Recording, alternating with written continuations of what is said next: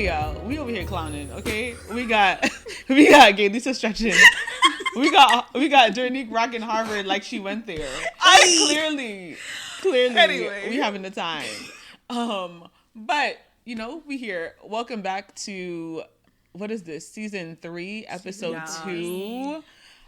We in it. Yeah, I feel like we real podcasters now. Like, you know, some people come on the scene and then they leave. I feel like, although, you know, we be inconsistent sometimes because life be life in. We was gone for a little bit, but we back. But we in season 3. We are in season 3. Like, we are freshman, sophomore, junior. We're juniors in the game. Yes. Okay, like, you know, we getting there. But yeah, as we told you guys last week, we will be diving into life in the valley, as this season is called, and just sharing a lot of how I've been navigating the past years-ish of life. It has been a time. It's so bad. You know, it's bad when y'all just like, or when we bring it up and just start cackling at how bad it's been. Like, we just laugh. It has been a whole comedy. If y'all could have watched our lives as a reality show, it's been a situation. But you know, we're making it. We're not out, but we navigating through. You know, I wonder if this would be called like mastering the valley. Mastering the valley. I feel like Such a therapist. I was a therapist. Yeah, you know, when you first start out, you're like, I wouldn't know about this. I don't want to be here. And for me, a lot of the process was like fighting this place in the beginning. And I was like, you know, maybe this is just what life is for right now. And I got to master it. I got to figure out, you know, like people, you know, when cavemen be out in the wilderness, they got to just figure out how to do it. Or like the people on Survivor, when they start. And yeah, when they start and they're like, I got to make a fire. Like, I don't know how to do this.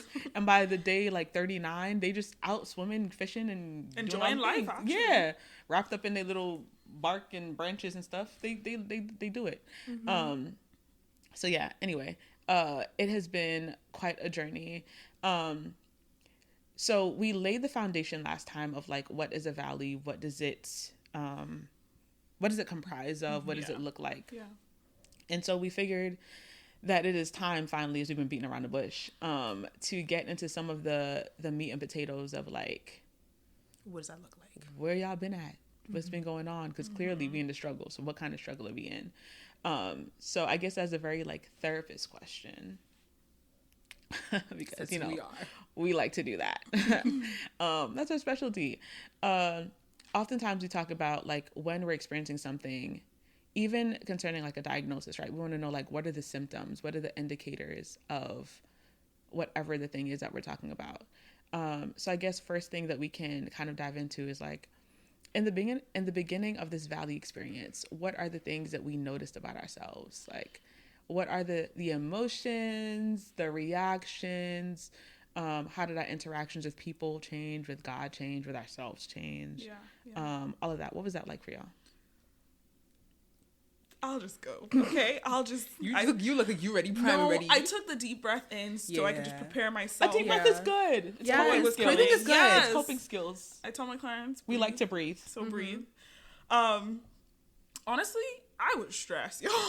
I was stressed because if we're going back to, so our last episode dropped somewhere around September, October. Yeah, I think around it's September, there. yeah. And so oh my gosh, I went home, took a little break, and I got stuck.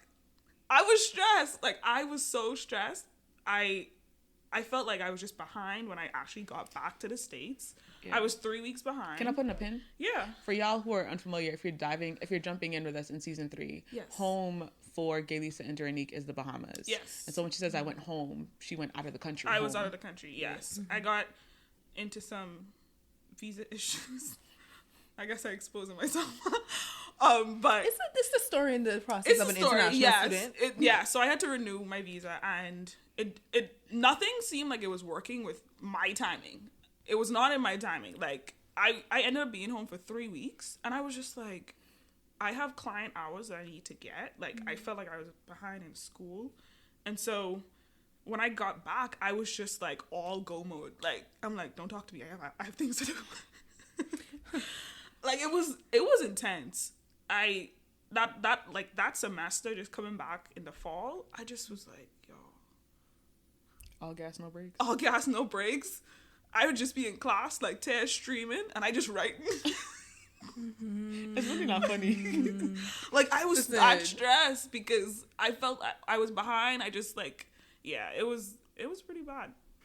I think for me, I notice the signs that I notice would be like my engagement with life. I tend to become more avoidant when things get stressful. And I notice with me, like, even with food, I love food. And so I know when something's starting to be off with me too, when I'm not eating regularly or I'm eating more of a certain kind of food or whatever it might be. That's one of my first trigger points. And then I begin to notice more whenever I notice, like, in my interactions, I'm more anxious than I am present. I'm more in my head. I'm feeling more overwhelmed than I am present. I notice it in how I connect in my relationship with God.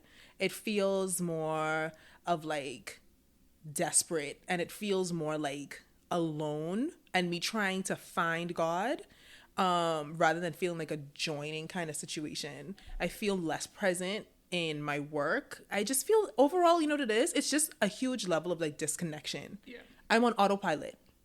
And I'm just kind of going through the motions of everything, and I'm not finding actual fulfillment, joy, connection at any point. And it was bad. It was bad. Yeah.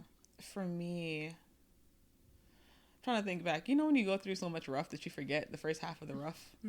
I think a lot of mine has been noticing the things that are off with me in myself. I naturally am an internal processor, and I am in my mind a lot.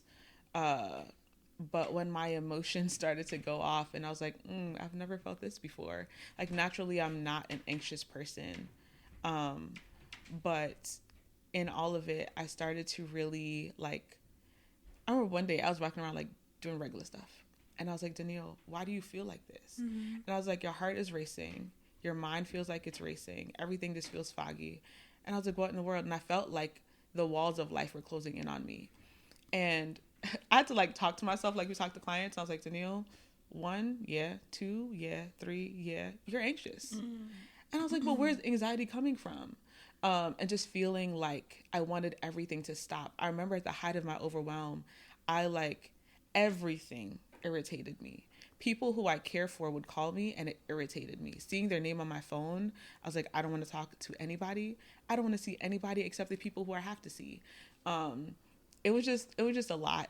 And I remember in between, like, having to do responsibilities. So if it's teaching or supervising, whatever, I would, like, go home and just, like, need to take a 30-minute hour nap. Or if I wasn't napping, I just need to, like, lay down and cover my head. I just needed the world to stop for a second.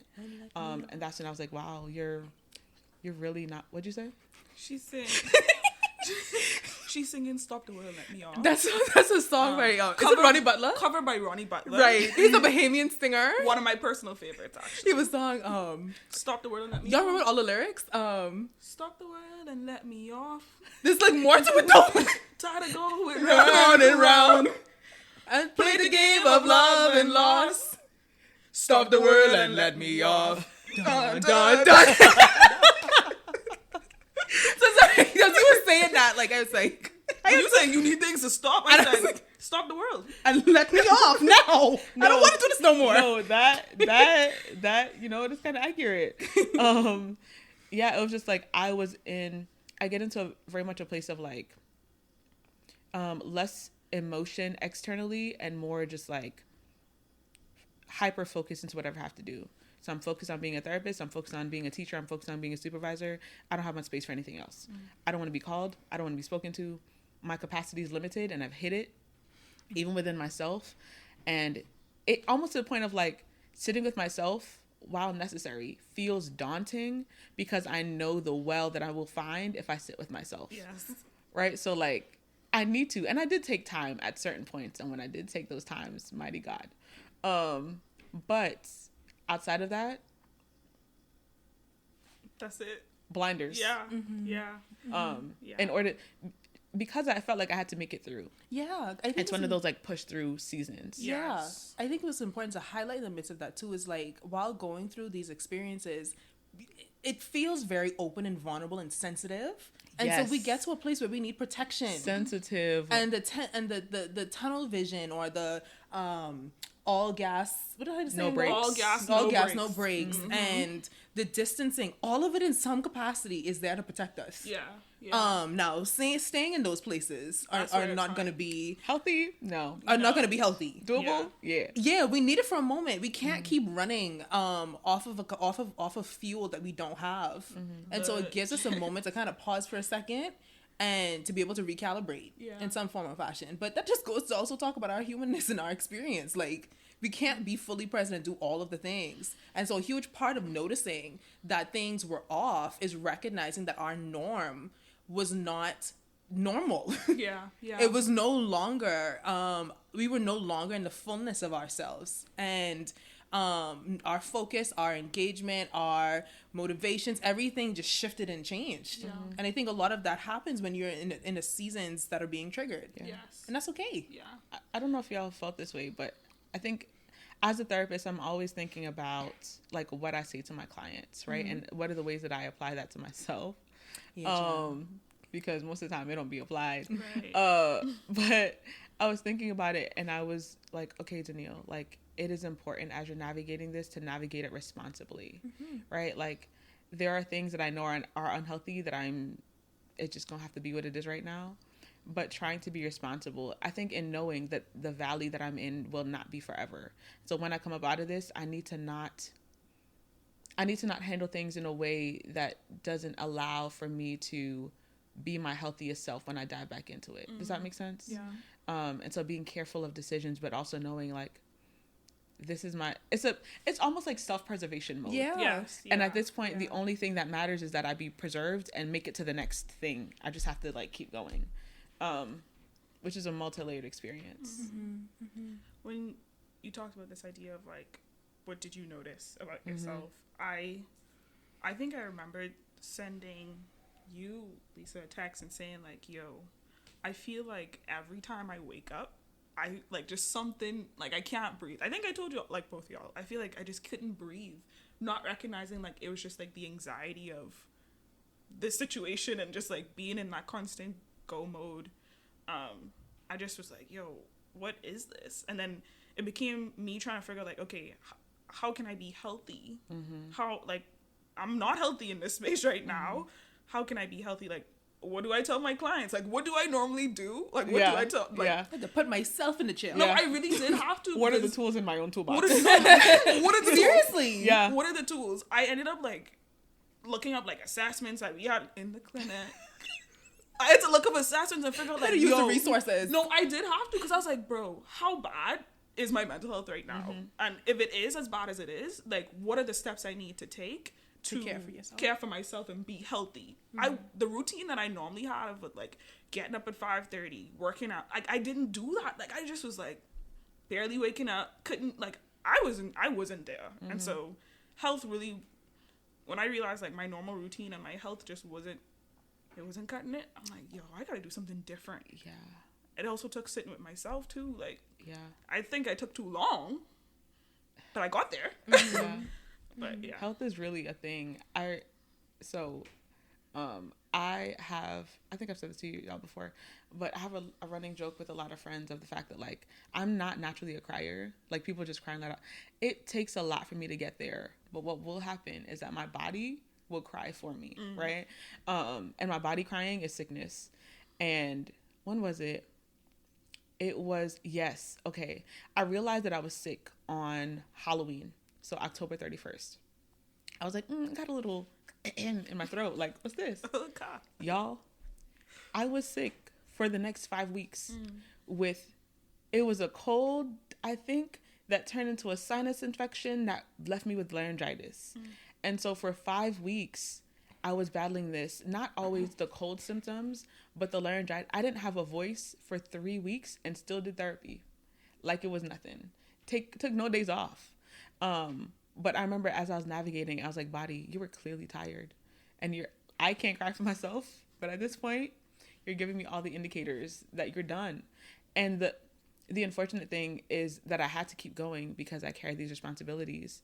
And and transparently, because we usually talk about race things and those kinds of things in the spheres that we're in, I think there's a built-in thing into me, and that like you can't stop. Like there's nothing that you can put down. You can't stop because of the responsibilities you carry, because of who or what you represent. Like you need to show up at church, you need to show up at work, you need to show up at school, you need to like do all the things. And so body was screaming, health screaming, and me still going. Yeah, I remember like that feeling of like, I think again telling y'all like, yo, I have to keep going. And I remember calling my parents, and my daddy was like, do you need permission? Do you need permission?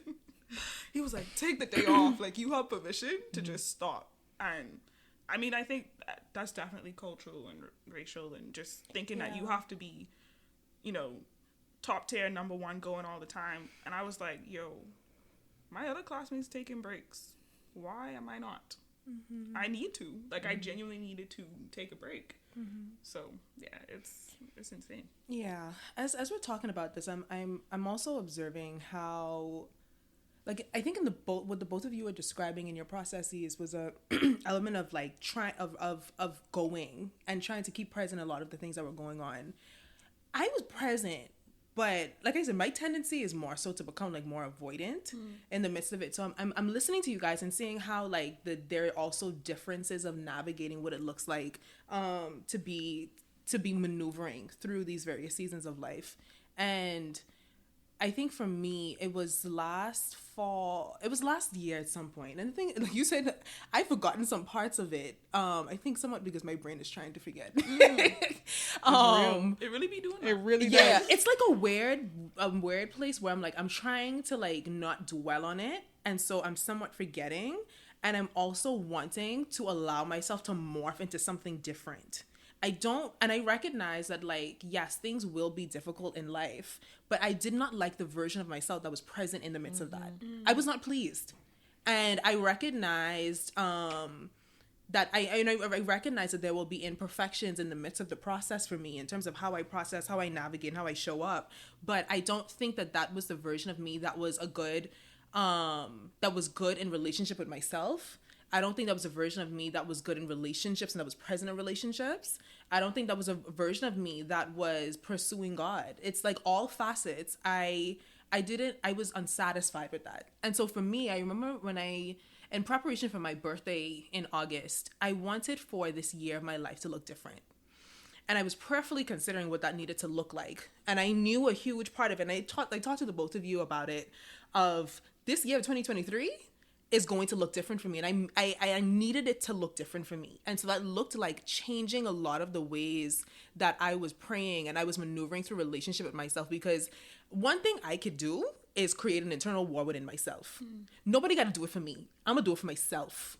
And it will be chaos up in here, okay? And that will result in shutdown. And so I get overwhelmed by all of the emotions that exist in that and just shut down because I don't want to feel nothing. I just want to isolate. I don't want to talk to nobody about it. I don't want to be seen in it because it feels disgusting. And so I will retreat in protection of all of that. So anyhow, I say all that to say, like, I recognize, I think a lot of last summer for myself of how much I was unpleased and I wanted for things to look different. I didn't know how, but I told myself and I made a commitment to myself that things are going to look different. So I started investing in myself differently. I had to see myself as someone worth investing in. I had to see my life, to see this journey as something worth investing in. I'm here on purpose with purpose. Yeah. And with that understanding means that I need to intentionally protect and steward myself in the best ways that I possibly can. Where I'm kind of was going at first within the journey, though, was trying to figure out all of it on my own. And that's why I kept like starting, pulling back. And so, can't do it. Right, I cannot do it. And so it was in the latter part of last year, I did a fast and was just kind of talking to God. I was talking to one of my friends and she just asked me about my prayer life and all this stuff. And I was like, fam, I've been praying to God from a place of anxiety. I've been praying for him, praying to him as like this place of God, please, change this. And in the midst of all of it too, just struggling with a lot of hopelessness. And in the midst of that prayer and that fasting time for me, God was showing me how I needed to pray to him differently. I needed to know him differently. I needed to engage him differently, because I was praying to him and experience him not in the fullness and the truth of who he is. I was experiencing him or thinking about him in the midst of my chaotic emotions. And reframing my perspective of him was really the catalyst of everything else that of what my experience looks like now. I needed to be able to hope and to see something greater than me in order to sustain in the midst of the valley. I needed that vision. I needed that gleam of hope. And God became that for me. And simultaneously, but also was beginning to happen was like relationships and things of my life began to maneuver as well. My perspective began to maneuver as well, because one thing that I have a deep sense of responsibility for is that my life is not just living for me. My life has been built and designed in such a way, and I believe that God has done this in ways for all of us, where it's all connected. Yes. It's not just about me. And so as I'm caring for myself, one, I do need to create boundaries because I can't be all things to all people. Right.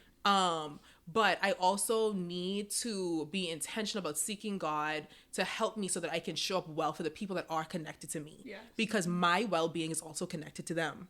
So all of that became a part of like what my healing and stewarding process and reformation, I don't know what the word is, reformation looks like. Yeah. But it's hard work. You mentioned this kind of reframe of God in the process, and it made me think about obviously in the spaces of our lives that we live in, we have to think about suffering, right? And so this valley was tough. I'm not calling this the height of suffering, but it's been a tough experience.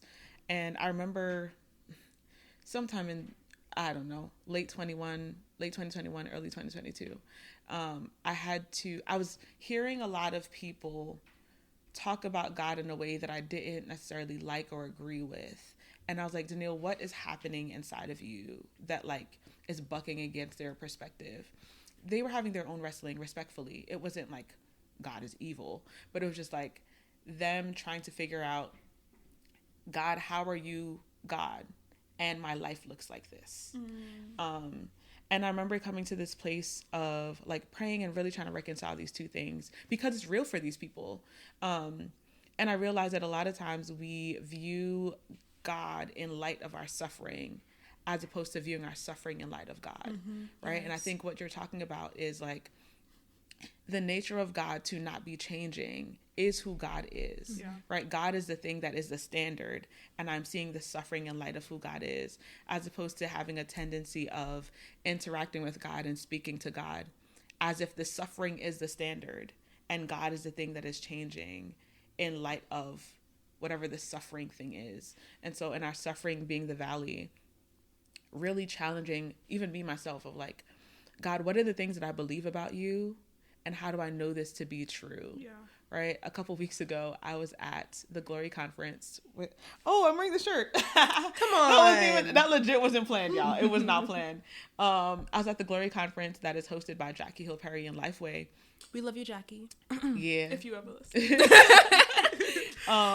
Phenomenal. But she was somebody asked about faith and how they keep faith and something like that. It was a Q&A. And she said something about like she can have faith because she's like, I'm convinced. She said, I'm convinced of God's nature. I'm convinced that he's good. I'm convinced that he's faithful. I'm convinced that all things will work together for the good who are loved by the Lord and called according to his purpose. I'm convinced. And so because I'm convinced, I'm able to like be sustained and stay steady in the midst of the things that are not as I would want them to, because I'm convinced. This process, and I think life in general, challenges our level of convincing. It like do you really know God to be the person who's refreshing you in the midst of the valley? Do you really know God to be your shepherd? Do you really know God to be your anchor? And I mean, thankfully, the answer is yeah, but the ways of getting to the answer is literally the stretching of the valley experience. Quite a time. I feel like that was just like a little mic drop. Selah. We gotta let it Selah. simmer for a little bit. But you're talking good. Yes. And I think okay, let me see if I can go back to this point. You're talking about suffering and the way that we view and we understand suffering, understanding it the way that God sees it, not the way that we see it, is what I'm understanding you say, right? Sure, but more so of like keeping God as the unchanging one. Okay. Yeah. Oftentimes we question the nature of God because of our suffering. Yes. Yeah. God, how can you be good and my life be falling apart in this way? Yes. How can you be good and allowing all these family members to die? How can you be good and allowing my mental health to tank? Right? And so like, no, it's not a matter of questioning God's goodness. God is good, period. And so I'm able to view the suffering in light of who God is. Right? And so maybe that looks like God being present with me as my mental health is tanking. Maybe that looks like God aiming to be my shepherd in the midst of me being uncertain. As opposed to like, because I think the question, while valid, almost leans towards lowering the fullness of who God is because my suffering feels so powerful. And so my point, yes, to view the suffering in light of who God is, to your point, but also just to keep God as God. This is reminding me of. I always forget this verse. It's blessed are the. Those who mourn for they will be comforted. Yes, that Matthew is, chapter 5, the Beatitudes. Yes, that is bringing me back to this idea of like, God isn't telling you like He's going to take the suffering away. Like I have the quote right here, ready to go. like he's Come on, want a chord? You better. He's not saying He's going to take the suffering away, but He said He's going to be a comforter through the suffering. So it's the idea like God isn't changing, Right. but Right. he this is the things that He did promise. Right. Yeah. And this isn't directly there, but just to add on to that too, this is a quote that my boss, Dr. David Qualiana, has shared. Full government. Full name. Shout out. He has this quote and he says, God does not promise protection from, sorry, let me start over. God does not promise protection through prevention of suffering. God promises provision in suffering through His presence. This is the source of peace. That's good. When he said this, I said, That's hold on, good. pause the class. I gotta write this down verbatim. Yeah. Because, I think in light of this, it helps us to understand God and to understand the purpose of suffering differently, which I think also helps to shape our expectations and shape the way that we respond in the midst of suffering, in the midst of what the valley could look like. And I think for me, beginning to see, and we've been going through this book together, The Good and Beautiful God, that has, and this is a really good book suggestion in terms of understanding the characteristics of God and reframing a lot of the narratives of how we perceive God in culture and how scripture actually tells us who God is. But I think being intentional in that space for me, it has begun to reshape the way how I see God as Father. I see Him as my Father. And in the midst of that, I see Him in a more tender way. I see Him in a way that allows for me to feel safer to invite Him in the midst of what feels ugly, what feels hard, which feels difficult. He feels a lot more tangible and accessible to me. And that within itself is also been a huge catalyst in changing the way that I even do relationship with myself.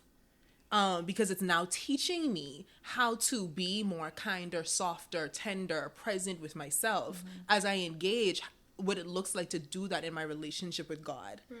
And that's been a huge part of this process, this whole season for me, is learning and giving myself permission, giving God permission and access to me. Because He's been knocking at the door and knocking for a while, He's been trying to get my attention for a minute.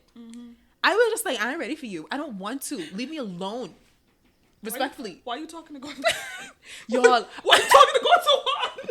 Leave me alone. Y'all, I'm not gonna lie though. Why are you talking to God so hard? I know, no, seriously. I be talking to God hard, but no shame. I'm just being honest. No judgment. But God, I'm sorry. I don't know. Listen, girl, I had to repent. Girl, I was blaming God. I was like, it was a whole to do. I had to repent. Good. Wow. But anyway, I say all that to say, yeah, a lot of reformation has been happening in that way, and I think understanding God, especially in the light of the work that we do, yes, understanding and forming a concept, a theology of suffering is absolutely important. Yeah. Oh my goodness. Yeah. We sit in suffering all day. Yeah. Especially if you're working in trauma. Yeah. Oh my God. Like, this is not normal to be sitting in this all day. Like, No. we need. How am I supposed to do this without God, bro? Yeah. Like, Exactly. Yeah. Exactly. It legitimately, Like sometimes I sit in the room and I'm like, God, you really are the superpower. Like the that sounds heretical. But what I mean is like, same Mike Todd from Transformation Church, Pastor Mike Todd has a phrase that he says that prayer is a secret sauce. And I realized in the valley and with my clients how much prayer really is the secret sauce. It really makes a difference. I remember there were points even in the lowest points of the valley where you talk about like, what did we notice? So I noticed some parts of me that weren't me. And then I knew it was really bad when I would get into the presence of God and feel like you gave me a drop of water in a desert. And I was like, oh my gosh, like, you know, when you just, for me, was pushing through for so long that I didn't realize how thirsty I was. And so when I got a drink, I was like, oh, right? But then life pushes you into this place of like, well, no more water for the next whatever time. But no, prayer, the presence of God have really been the gift. There's a guy, I think his name is Brother Lawrence, who wrote a book called Practicing the Presence of God. I haven't read it. I heard it's good. But even the phrase of practicing the presence of God, I think is what we have all learned to do in this season. In whatever places we find ourselves emotionally, finding ways to practice the presence of God in a way that does sustain us and does keep us, and is our, like, God really has been the pillar of my life in this season. In a whole new way. So yeah, I'm just super grateful. It's been a time. So, yeah. There's been another thing for me too, is being intentional about gratitude. I haven't taken time yet to read this, but I've been hearing people talk more about like how much anxiety and gratitude can exist in the same place. Can or can't? Cannot. Okay. Cannot. And I have not read this yet, so I can't say that for sure. So, but I want to do some more research on what that actually looks like. But it's been important to think about gratitude for me, especially in light of feeling heightened anxiety and wanting to intentionally care for myself well, but remember to be present in the midst of what can feel overwhelming. I think that's been a huge part of what my care, or what I try to allow my care to look like in the midst of this process. But I've enjoyed this conversation with y'all today. Yes, we're diving a little deeper every time. Yeah. They're getting to see the real us and not just the people who they see on stages or in front of classrooms. Oh, jeez. We humans going through the things. Yeah. So when we say to y'all, we get it, we legitimately get it. We get it. So yeah, thank you guys for joining us for episode 2, and we look forward to seeing you next week. Bye.